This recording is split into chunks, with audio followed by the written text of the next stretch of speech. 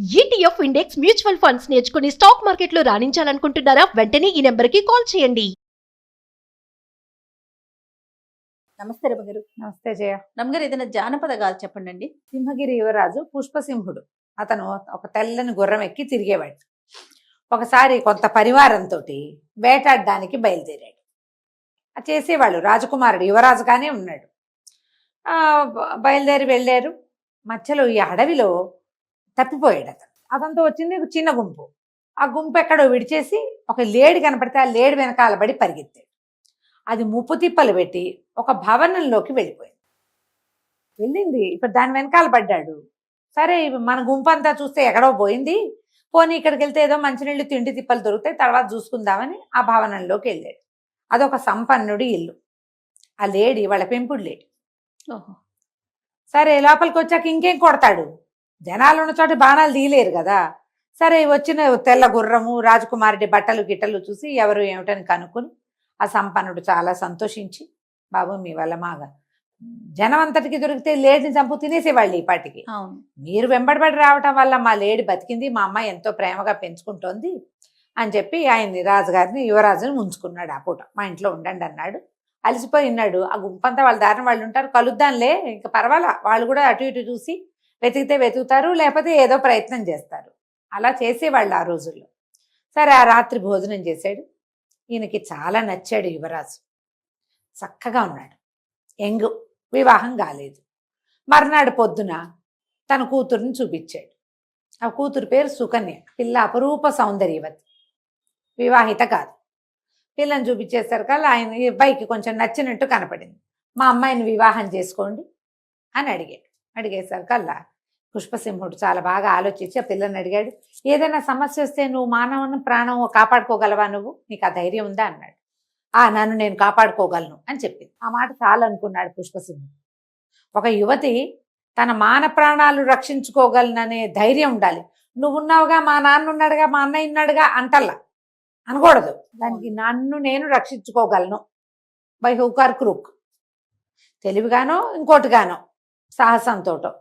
సరే, ఇతను నచ్చింది, అలాగే పెళ్లి చేసుకుంటానన్నాడు. 3వ రోజున మంచి ముహూర్తం ఉందని రాజకుమారుడికి ఈ సంపన్న గృహస్థు కుమార్తె అయిన సుకన్యకి వివాహం అయిపోయింది. పుష్పసింహుడు వెడ్స్ సుకన్య, పెళ్ళైపోయింది. పెళ్ళైపోతే 4 రోజులు 5 రోజులు అత్తవారింట్లో ఉన్నారు.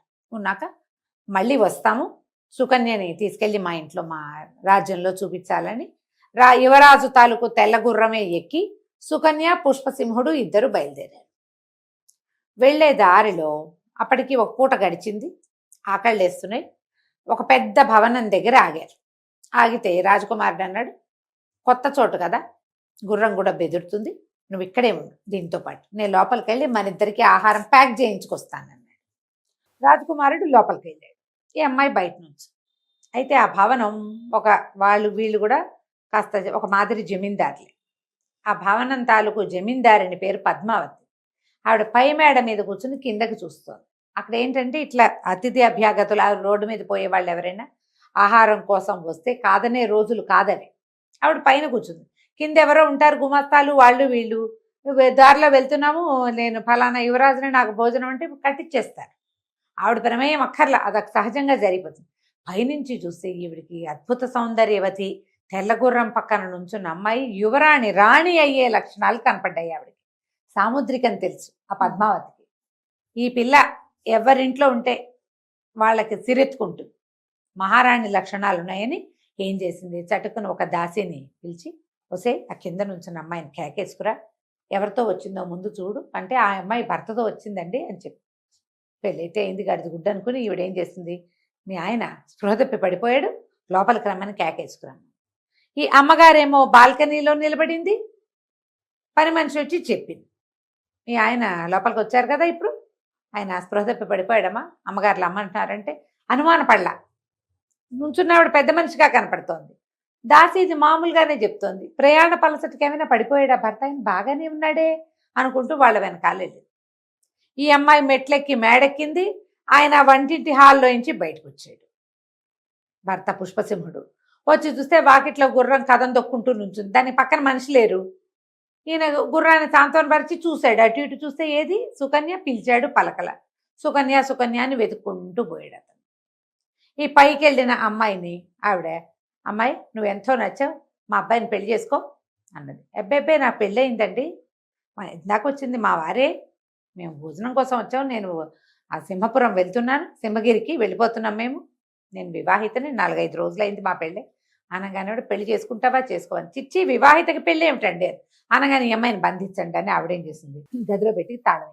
ఇక్కడున్న ఈ పుష్పసింహుడు భార్య కోసం అటు ఇటు వెతుకుతున్నాడు. ఒక హైరాన్ వచ్చేసింది. ఆ అమ్మాయిని తీసుకొచ్చాడు వాళ్ళ ఇంటికి వెళ్ళి 5 రోజులు. ఇప్పుడు వెనక్కి వెళ్ళి వాళ్ళకి చెప్పాలా, ముందుకెళ్ళి ఇలా ఒక పెళ్ళాన్ని తీసుకొచ్చే దాన్ని రోడ్డు మీద వదిలేసంటే నాన్నేమంటాడు. ఒక హైరాన్ వచ్చేసి అతనికి ఆ అమ్మాయి కోసం అటు తిరిగి ఇటు తిరిగి ఆహారం తీసుకోక ఒక రకమైన చిత్తభ్రమకి లోనైపోయాడు. అతను మతిపోయింది, ఏం చేస్తున్నాడో తెలీదు. సుకన్య అంటాను తప్పిస్తే రెండోది లేదు, అలా అయిపోయాడు. ఈ అమ్మాయి 2 రోజులు గడిచింది. ఆవిడ చాలా బలవంత పెట్టేసి ఈ పెళ్ళి ఏమనుకుంది, ఈవిడ చంపేసేలా ఉంది, ఆ జైల్లో నుంచి పోనివ్వదు, బయటపడితే అత్తారింటి కాకపోతే పుట్టింటికైనా పోవచ్చు, ఇక్కడి నుంచి బయటికి వెళ్ళే మార్గం కనపట్టాల. బాగా ఆలోచించుకుని చేసుకుంటానులేండి, కాకపోతే పెళ్లి చేసుకుని వచ్చాను, బాగుండదండి, ఏదైనా ఒక చిన్న వ్రతం పట్టుకుంటాను, నా నోవు అయ్యాక పెళ్లి చేసుకుంటాను, మీ అబ్బాయినే చేసుకుంటాను. సరే ఏం పడతావు నోవు అంటే, ఒక వారం రోజుల పాటు నేను పూనిన వ్రతం ఏమిటంటే, ఎవరు వచ్చినా సరే ఈ బిల్డింగ్లోకి వాళ్ళకి భోజనం నేనే పెట్టాను, అది నా వ్రతం, అన్నం పెట్టడమేగా. సరేనంది. ఈ అమ్మాయి ఏమనుకుంది, సుకన్య రాణిగారు జమీందారుని పద్మావతి ఏమో ఒప్పుకుంది, సుకన్య ప్లాన్ ఏంటి, వారం రోజులు భర్త ఇక్కడిక్కడే గ్యారంటీగా తిరుగుతాడు, నా కోసం వెతుకుతాడు, ఏదో ఒక్క పూటైనా తిండికి లోపలికి వస్తాడేమో, అప్పుడు దొరకచ్చని ఉత్తరం రాసి పెట్టుకుంది. ఇక వారం రోజులు రోజు వచ్చిన వాళ్ళందరికీ తిండి పెట్టేది, ఎవరు రాల. 6 రోజులు గడిచిపోయినా 7వ రోజు పొద్దున ఇతను వచ్చాడు. కానీ స్థిమితం లేక అతను ఈ భార్యని గుర్తుపట్టాడు. ఈ అమ్మాయి గుర్తుపట్టేసింది, అమ్మాయి స్థిమితంగా ఉందిగా, భర్తను గుర్తుపట్టింది. ఏం చేసింది, ఆయనకి భోజనం ఇస్తూ ఉత్తరం చేతిలో పెట్టి తనకి ఇచ్చిన భోజనాన్ని తినేసి ఆ ఉత్తరం అక్కడే పడేసి వెళ్ళిపోయాడు పుష్పసింహం. ఆ పూట భోజనాలకు వచ్చిన వాళ్ళలో ఒక దొంగవాడు ఒకడు వచ్చాడు. ఏముంది, ఫ్రీ భోజనం. కాగితం తీసి చూశాడు, ఏమనుంది, ఈ ఇంట్లో నుంచి తప్పించుకోవాలి, రాత్రి వాకిలి వెనక వాకిలి వైపుకి రండి, మన ఇద్దరం వెళ్ళిపోదాము అని రాసింది. ఆ ఉత్తరం ఆ అమ్మాయి ఈ అబ్బాయికి ఇవ్వటం చూశాడు వాడు. అంటే వచ్చేది ఆ పిల్లే. చూస్తే మహారాణి లక్షణాలు చక్కగా ఉంది, నగా నట్రా వేసుకుని ఉంది, అంత అందగతే ఎవడికొద్దు. సరే వీడేం చేశాడు, ఉత్తరం జేబులో పెట్టుకున్నాడు. పుష్పసింహుడు తినేసి వాడి దాని వాడు వెళ్ళిపోయాడు. రాజకుమారుడు తెలీదు అతనికి పాపం. ఈ రాత్రి అయ్యేసరికి రాత్రి 12 గంటలకి పెరటి వాకిలి దగ్గర ముసుగేసుకుని వచ్చి నుంచున్నాడు. ఈ అమ్మాయి రాత్రి వేచి ఉంది అక్కడ, ఒకవేళ ఆ ఉత్తరం తీసుకున్నాడుగా వస్తాడని. ఉండేసరికల్లా ఆ అబ్బాయి కనబడి తెల్లబోయింది. తన భర్త కాదు, అతను మంచి పొడుగాటివాడు, వీడంత పొడుగు కాదు. అమ్మా నువ్వేం భయపడకు, ఒక ముసలి వేషం వేసుకొచ్చాడు అతను, ఏం భయపడదు, నీ భర్త రాడు, అతను కాగితం అక్కడే వదిలిపెట్టి వెళ్ళిపోయాడు, నువ్వు నాతో వచ్చేయి, ఊరి చివర గుడిసెలో మా ఆవిడ నేను ఉంటాం, నేను వృద్ధుడిని, మా ఆవిడ కడు వృద్ధురాలు, మాతో ఉంది కానీ తర్వాత మార్గం ఆలోచించుకుందు కానీ నువ్వు ఇంట్లో నుంచి తప్పించుకోవాలి కదా అన్నాడు. అమ్మాయికి భయం వేసింది, ఏమిటిది, నేను దొంగ విడిచి దూలం ఎత్తుకుంటున్నానా, వీళ్ళింటి నుంచి తప్పించుకుని వీడావిడింటికి వెళ్తే అక్కడేమొస్తుందో, కానీ ముందు ఇక్కడి నుంచి వెళ్ళిపోవాలి, తర్వాత సంగతి తర్వాత చూద్దామని రాత్రి అతనితో పాటు బయటకు వచ్చేసి పద్మావతి గారు ఏం వెతుక్కుందో ఏం చేసుకుందో తెలియదు. ఇక్కడ ఈ ఊరి చివరికి తీసుకొచ్చాక ఆ అమ్మాయి అతనికి ఆస్తవాడు ఈ అమ్మాయి మీద పడి బలవంతం చేయబోయాడు. ఈ పిల్ల ఏం చేసింది, వచ్చేటప్పుడే కొంచెం తెలివిగలదు కదా, ఒక కైజారు ఒడ్డును పెట్టుకుని తెచ్చుకుంది, బట్టలు ఏం లేవు, ఎలా ఉన్నది అలాగే ముసుగేసుకుని కిందకు వచ్చేసింది. మేలు ముసుగు ఒకటి తెచ్చుకుంది అంతే. ఆ ముసుగు చాటున ఆ పిల్ల బొడ్డును కత్తుందని అతను చూడల. ఆ కైజారు తీసి 3-4 పోట్లు పొడిచేసింది. దెబ్బలతో వాడు పడుంటే ఆ పిల్ల పరిగెత్తుకుంటూ అడవిలోకి వెళ్ళిపోయింది. గజ్జలు పట్టీలు మోగుతున్నాయి, నగలు అన్నీ తీసి మూట కట్టేసుకుంది. మోగితే ఎవరో ఒకళ్ళు వెంబడబడతారు, జంతువులు కూడా రావచ్చు. పోయి ఒక చెట్టు మీద కూర్చుంది. తెల్లవార్లు ఏనుగుల ఘీంకారాలు వినబడ్డాయి, పులుల గాండ్రింపులు, సింహాల గర్జనలు వినపడుతూనే ఉన్నాయి. మధ్య మధ్యలో పిట్టలు, కోతులు, పిచ్చుకలు ఎన్ని మోతలో. ప్రాణాలు అరిచేతిలో పెట్టుకుని కూర్చుంది. తెల్లవారు లేచాక మెల్లిగా నగా నట్రా మూట కట్టేసిందిగా, ఎట్లాగో మూసుకుంది. ఈ పెద్దగా బట్టల మెరుపులు కనపడకుండా ఆ ఉన్న ముసుకుని మెట్టిగా సవరించుకొని నగ లేకుండా నడుచుకుంటూ వెళ్ళి ఆ ఊరు ఎలా వెళ్ళాలి, తన ఊరు ఇల్లు వాకిలి ఆ పిల్లకి తెలుసు. 3 రోజులు నడిచి ఇల్లు చేరుకుంది. ఇల్లు విడిచి 10 రోజులైతే కూతురు అత్తవారింటి నుంచి మంది మార్బలం రథాలు వేసుకుని వస్తారనుకుంటే కాళ్ళు ఈడ్చుకుంటూ బట్టలు మాసిపోయి ఆకలికి నకనకలాడుతున్న మొహంతో పిల్ల వచ్చేసరికి ఆవురు మనిపోయారు ఇంట్లో ఇంటిల్లిపాది. అయ్యో ఈ పిల్ల ఇట్లా అయిపోయిందని. ఆ అమ్మాయి ఏడుస్తూ ఇట్లా జరిగింది, నా భర్త ఏమయ్యాడో తెలియలేదు, కానీ ఆ రోజు వచ్చాడు, ఆయన స్థిమితం లేనట్టుగా ఉన్నాడు నాన్న, నన్ను గుర్తుపట్టినట్టు నాకు అనిపించలేదు అనేసరికి ఈయన ఏం చేశాడు, ఓ 50 మంది కుర్రాళ్ళని మెరికల్ లాంటి వాళ్ళని చూసి అల్లుడు గారి బొమ్మ ఒకటి గీసి, కొంతమంది చూశారు కొంతమంది చూడలే, వెతకండి ఈయన మతి స్థిమితం లేకుండా కనపడతాడంటే వాళ్ళు ఆ ఊళ్ళన్నీ వెతికి అక్కడక్కడే తిరుగుతున్నాడు, అతను ఎక్కడికి వెళ్ళల. మొత్తానికి అల్లుడు గారిని ఎత్తుకొచ్చారు. ఇంటికి వచ్చాక ఏదో కొద్దిగా మందు వైద్యం చేయించి ఈ అమ్మాయి వారం రోజులు బాగా సపర్యలు చేశాక అతను మెల్లిగా కోలుకున్నాడు. భార్యను గుర్తుపట్టాడు. ఏదో జరిగింది, ఏం జరిగిందో జ్ఞాపకం లేదు, కానీ ఏదో జరిగింది. అతను ఏం తిన్నాడో, ఏం తిని అతనికి ఆ సమస్య వచ్చిందో. సరే 10 రోజులు 15 రోజులు గడిచాక సర్దుకున్నాడు.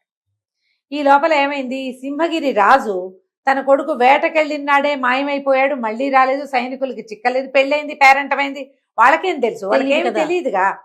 పిల్లాడి మీద ఆశలు వదిలేసుకున్నారు. ఈ 15-20 రోజుల తర్వాత ఈ సంపన్న గృహస్థు గారు ఈ సుకన్య వాళ్ళ తండ్రి శుభ్రంగా బండి కట్టించి రాజుగారి గుర్రానికి, యువరాజు గుర్రానికేమో ఒక రౌతుని అరేంజ్ చేసి గుర్రంతో సహా వీళ్ళని బండి ఎక్కించి పంపించి, ఇంకోసారి ప్రమాదం ఎదురవ్వకుండా.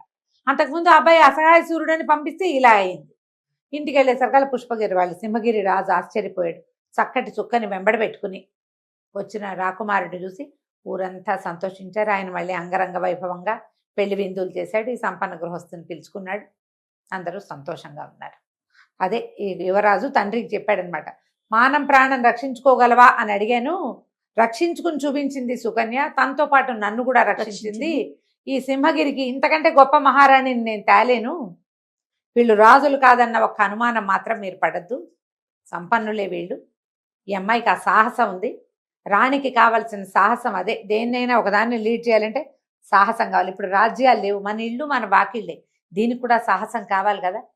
బేజారుగా అయిపోయి నన్ను ఎవరు రక్షిస్తారా అని చూసి డిపెండెంట్గా ఉండకుండా ఇండిపెండెంట్గా ఉండే వాళ్ళే గృహరాజ్యాలను కూడా ఏలగలుగుతారు మహారాణుల్లాగా.